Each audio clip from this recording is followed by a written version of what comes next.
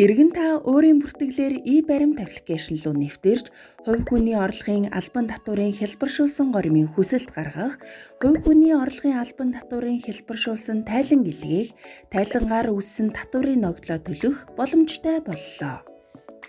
Иргэн та 2020 оны үйл ажиллагааны орлого 50 сая төгрөгөө бол 2021 оны 2 дугаар сарын 15-ны өдрөөс өмнө хялбаршуулсан горимоор үйл ажиллагааны орлогын 1%-аар хувь хүний орлогын албан татвараа тайлагнах боломжтой. Хялбаршуулсан горимын хүсэлт гаргах болон хялбаршуулсан горимын тайлан хэрхэн илгээх вэ?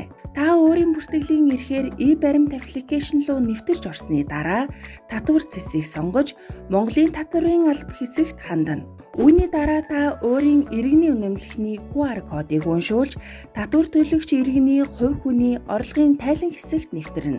Тухайн жил хувь хүний татварын төрлөөр төлсөн албан татварын дүн хуудсанд иргэн та өөрийн татварт төлсөн дүн болон суултгуулан төлөгдсөн татварын дүн харах боломжтой хэсэг юм. Тухайн жилийн төлбөрийн баримтаар баталгаажсан орлогын жагсаалт хэсэгт иргэн таны татварт ногдуулах нийт дүн болон худалдан авагч байгууллага хувь иргэний мэдээлэл харагдана.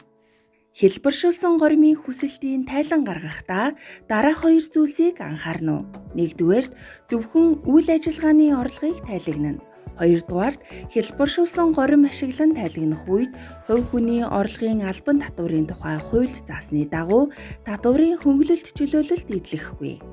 Иргэн та 2021 оны 2 дугаар сарын 15-наас өмнө хялбаршуулсан горимоор тайлангаа илгээж татварын хөнгөлөлтөнд хамрагдаарай. Цахим шилжилтэнд хамтдаа.